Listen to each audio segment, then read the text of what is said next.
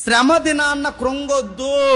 ఆ దృష్టాంతంగా రాయబడిన సంగతులు మనం ధ్యానిస్తున్నప్పుడు మీరు జ్ఞాపకం పెట్టుకోండి. శ్రమ దినమున కృంగొద్దు అని అడుగుతున్నాను. వీడు వ్యతిరేకమవుతాడు, అవనే. నసీర్ చెప్తుంది అవనే. అధికారులు వ్యతిరేకమా, అవనే.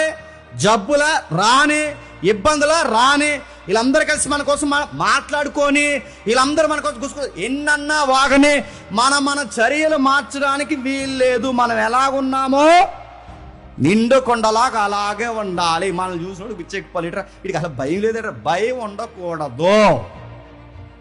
నిన్ను ఎవరైనా ఏమనంటే భయం వేసేస్తుంది, ఏదన్నా వస్తుందంటే భయం వేసేస్తుంది. ఇంకా భయం ఏంటి చెప్పిన, వచ్చే రోగాలు ఇంకా రాలేదు మన ఏరియాకి. న్యూస్లో చెప్పారంట. ఈ రోజు నుంచి వీడికి జాగ్రత్తలు అయిపోయి మెడికల్ షాప్ చుట్టూ తిరుగుతున్నాడు. ఇంకా రాలేదు పోలేదు.